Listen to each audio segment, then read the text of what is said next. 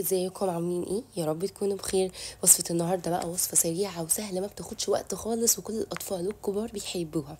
البانكيك.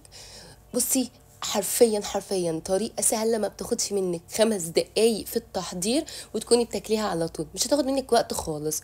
لو كنتم جداد في القناة متنسوش تعملوا لايك للفيديو واشتراك للقناة. وانا وردة اشرف، يلا بينا نبتدي الفيديو على طول.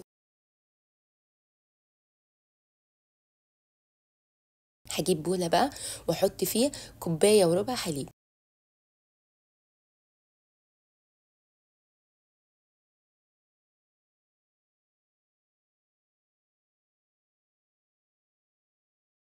عليها بقى 3 بيضات، يستحسن يكونوا بدرجة حرارة الغرفة. لو ما فيش عادي ممكن نحطهم من التلاجة عادي، مش هيحصل مشكلة.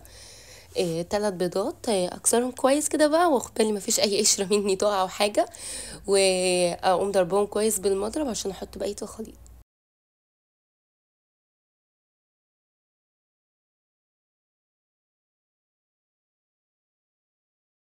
هحط بقى نقطة فانيليا صغيرة خالص، انا كان عندي الفانيليا بتاعتي تقيلة شوية، فبحط نقطة صغيرة. لكن لو الفانيليا عندك خفيفة بحط معلقة عادي، يعني معلقة فانيليا كويسة كده، او باكيتين فانيليا، بحس انها بتخلي ريحة البانكيك حلوة قوي.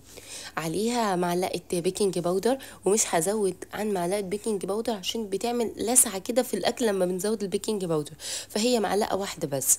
وعليها معلقة زيت، وبعد كده هبدأ اضيف الدقيق للخليط دوت، كوبايتين دقيق بالعدد، مش هنزود حاجه خالص. طبعا يستحسن تنخليهم، انا كنت عايزاها تكون وصفه سريعه قوي قوي قوي يعني، فما نخلتهمش الصراحه وحطيتهم كده. حطيت اول كوبايه دقيق وضربتهم كويس. اول ما يبقاش فيه كلاكيع معايا او تكتلات والخليط بقى معايا سايل كده زي الميه، هحط الكوبايه التانية بتاعتي دي. طبعا يستحسن ننخلهم عشان ندخل فيهم هوا، علشان حتى واحنا بنعمل بانكيك في الاخر يديني القشره البني اللي بتبقى على وش البانكيك ديت. دي بتبقى سببها الهوا والفراغات بتكون متظبطه، والقشره بتاعتها بتكون متظبطه، والمكونات بتاعتي بتكون بدرجه حراره الغرفه. لما بستخدم المكونات ساعه ما بتدينيش القشره البني من بره بالظبط كده. انا بقى هنا حطيت معلقه الزيت زي ما قلت لكم، تقدري تحطي المعلقه الزيت دي خطوه اختياريه براحتك، بس ساعتها رشه الزيت اللي هتستخدمي فيها وتحطيها على البانكيك في الطاسه هتزودي رشه الزيت شويه.